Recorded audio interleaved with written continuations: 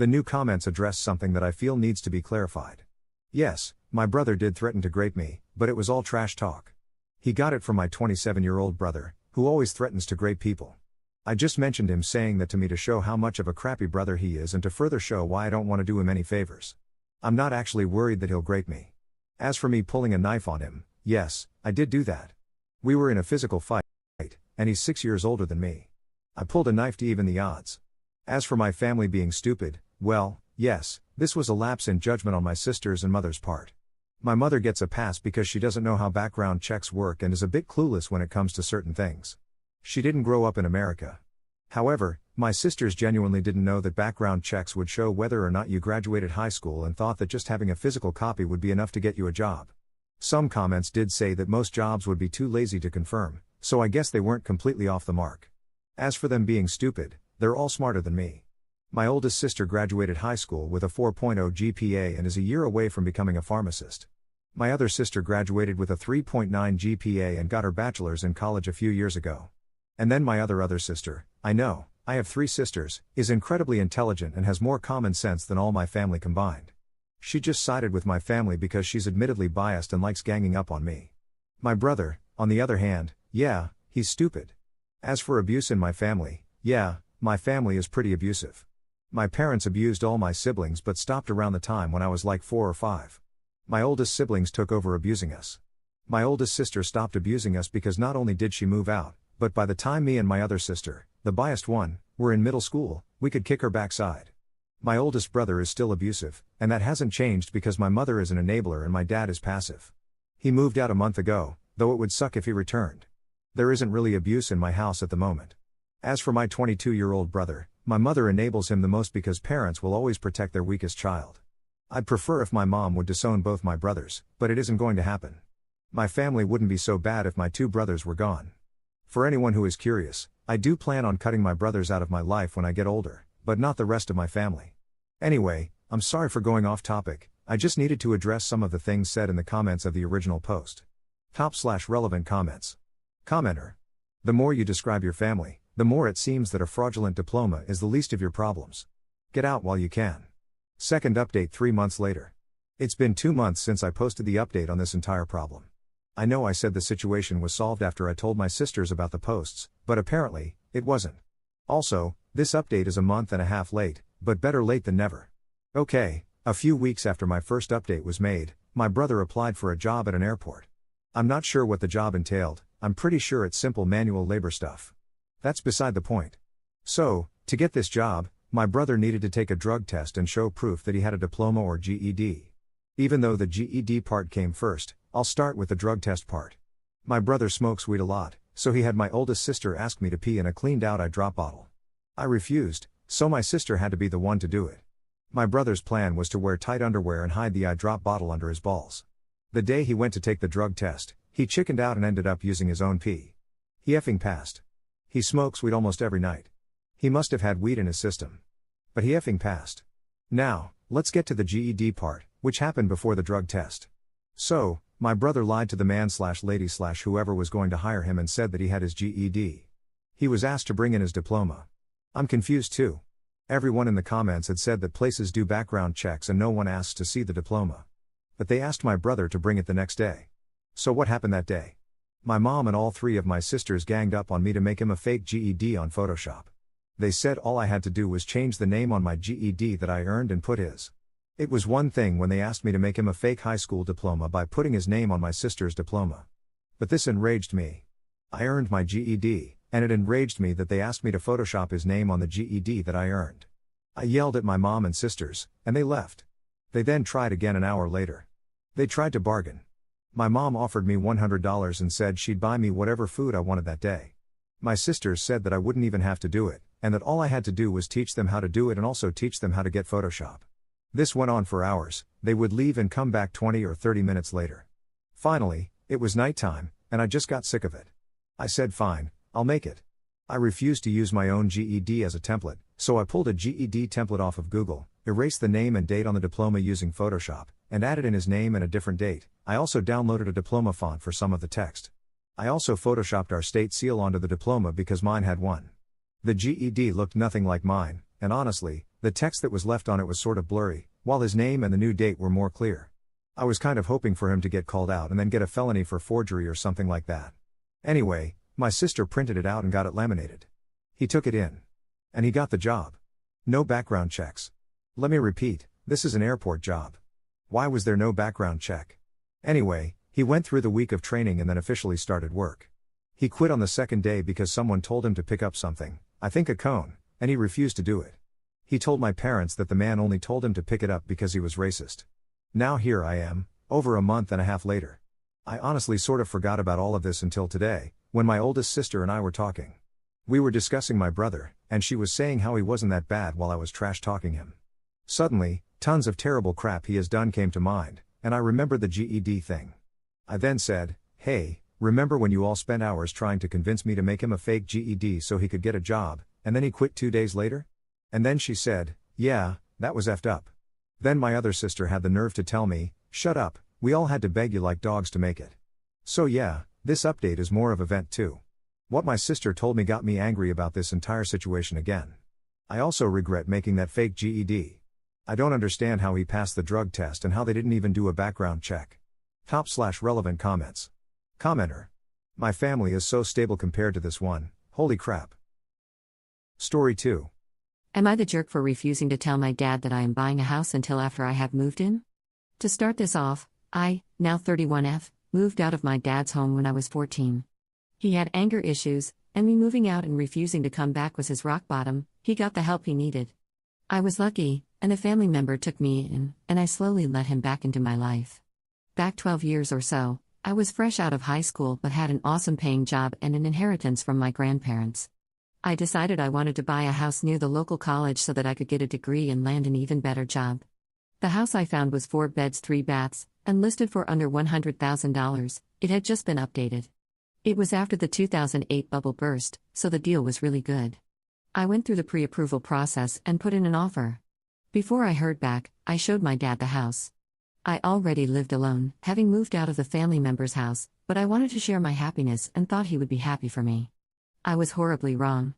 He berated me for over an hour, the highlights being, I was dumb to think I could handle owning a house at 19, I didn't know how to own a house because I was too young, I didn't need such a big place because it was only me, roommates would destroy the place, maintenance would just cost too much, and I would eventually end up with a foreclosure on my record. So even though my offer was accepted, I walked away and regretted it deeply for years. I used to periodically check and see how much the house was worth, but stopped in 2016 because I decided I was obsessing and it was unhealthy. But the house was worth over $400,000. I thought I had let go of the negative feelings, but it seems house hunting has brought them back up. I can't help thinking how much easier buying our new home would be if I had that house to sell for a down payment. My husband knows the story and supports me not telling my dad, and even agrees. Then I was talking to one of my aunts and told her about the house we now have under contract. I also asked her not to tell my dad. When she asked why, I explained, and she told me, well, if your father didn't burn all his bridges and would act like the adult he thinks he is, he wouldn't be left out of this kind of thing. Turns out they are not talking right now because he demanded money from her.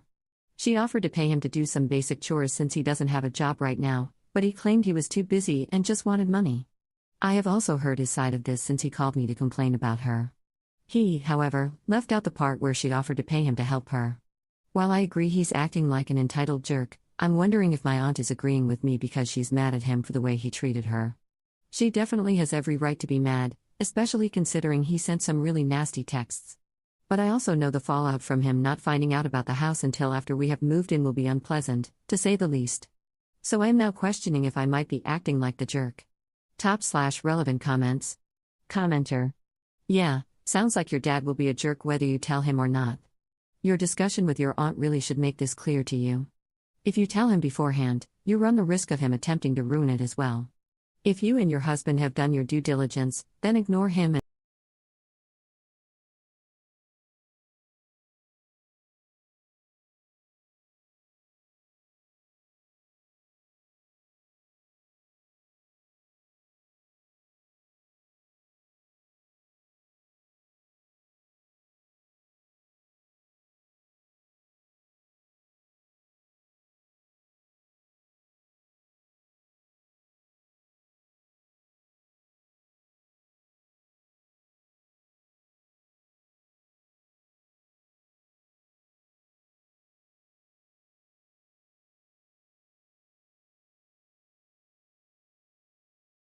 This is your warning to never be friends with a bilingual person. Because I have a friend that speaks English and Spanish, but his parents are from Mexico, so they don't know any English. So when I met them for the first time, it was a nightmare because my friend likes to troll a lot, but he had to be the translator for me to communicate with his parents since he was the only one who knew both languages. So when we talked, he would purposely mistranslate what I said to his parents because he thought it was funny. Like I was in the car with his whole family and his mom asked what type of music I listened to. So I told her that I mostly listen to rap and R&B. But when I said this, my friend starts chuckling when he's trying to relay the message to his parents. But then I understood it because when he spoke Spanish back to his parents, I only recognized one of the words he said, which was Diddy. He told his parents that I like to listen to Diddy. So from there on out, I just started using my phone to translate what they said. Never make eye contact with someone who has a lazy eye. Because the other day, I was at the airport and someone right behind me goes, "Excuse me." So I turn around and look at them, but right away, I noticed they had a lazy eye, so I couldn't tell if they were looking at me or not. But when I looked back at them, they said, "Do you like that jacket?" But this is where I messed up because they had headphones in and I wasn't wearing a jacket at the time. So since one of his eyes wasn't looking at me,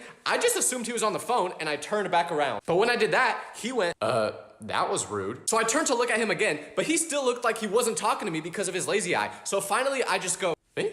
And he nods his head yes. So that was when I realized he was talking about the jacket I had on in my screensaver. So I apologized, but I didn't know what else to say because I couldn't just be like, "Oh yeah, sorry, I couldn't tell you were talking to me because of your lazy eye." I should have just pretended to be deaf. Why do I look so different in pictures compared to real life? Because I don't think I'm bad looking, but when someone takes a picture of me, I'll look at it and be like, "Oh, I thought you were taking a photo of me, not Jabba the Hutt." But it makes no sense because I look at myself in the mirror and I'm like, okay, this is what I look like. But if I don't move and take a picture in that exact same spot, I don't recognize myself. And the worst part is, if my friend takes a picture of me and I say how I look ugly in it and it doesn't look anything like me, they'll be like, "What do you mean? That's what you always look like." What? You're telling me my face always looks like something a third grader would draw with their non-dominant hand? That doesn't make me feel better. And for some reason, I look completely different in all the app's cameras. So I know it's not just my brain playing tricks on me. I just don't know which app shows the real me in the camera. For all you guys know, I don't even look like this in real life. Nobody talks about how Gen Z has a secret way of communicating. Because the other day,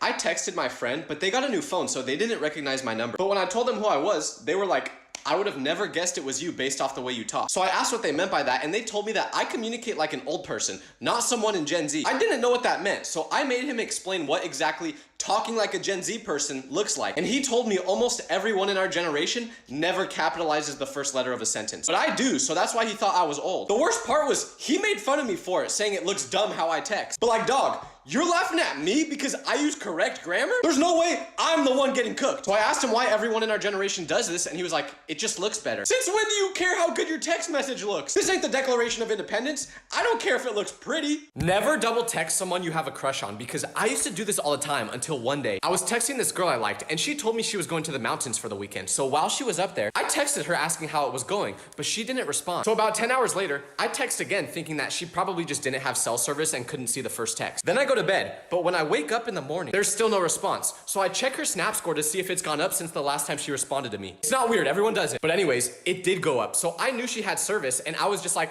well, let's just try texting her one more time just in case she didn't see the first two. But you know what happens right when I send the text? My messages go from being blue to green. You know why? She blocked me. This was so embarrassing though, because I could just imagine her reaction after I sent the third text being like, damn, another text? This guy won't shut up. But I learned my lesson that day. Now, I don't talk to women at all.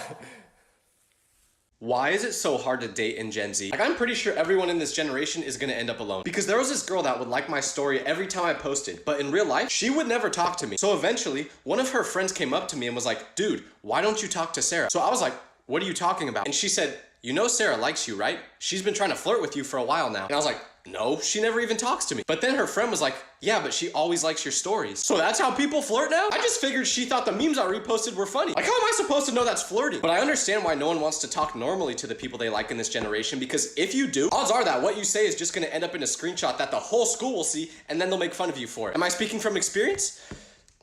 That's not important. If you ever need an excuse to skip school, do not say you have to go to a funeral. Because one time, I was going on vacation with my family, so I was gonna miss some school. But I needed an excuse to tell my teacher to not get in trouble, and I decided to tell her that I was going to my grandma's funeral. But I really didn't want her to question it, so I made it super dramatic, and I was like, yeah, This is the last grandma I had. But I really shouldn't have said this because the teacher told me to take as much time off as I need. So a couple months later, the end of the school year came around, and this was my last year of elementary school, so we had like a graduation event for everyone that was gonna be moving on to middle school. But guess who came to this event? My grandma. And I totally forgot that I told my teacher she passed away. So when the event ended, my teacher came to say goodbye, and she started talking to my whole family, including my grandma. So when my grandma introduced herself, my teacher looked as if she saw a ghost, because she probably thought she did. Once I realized why she had that look on her face, I was like, okay, time to go. I'm just glad I never had to go back. Never buy shoes off Temu, because I was in class the other day, and this kid walks in with a brand new pair of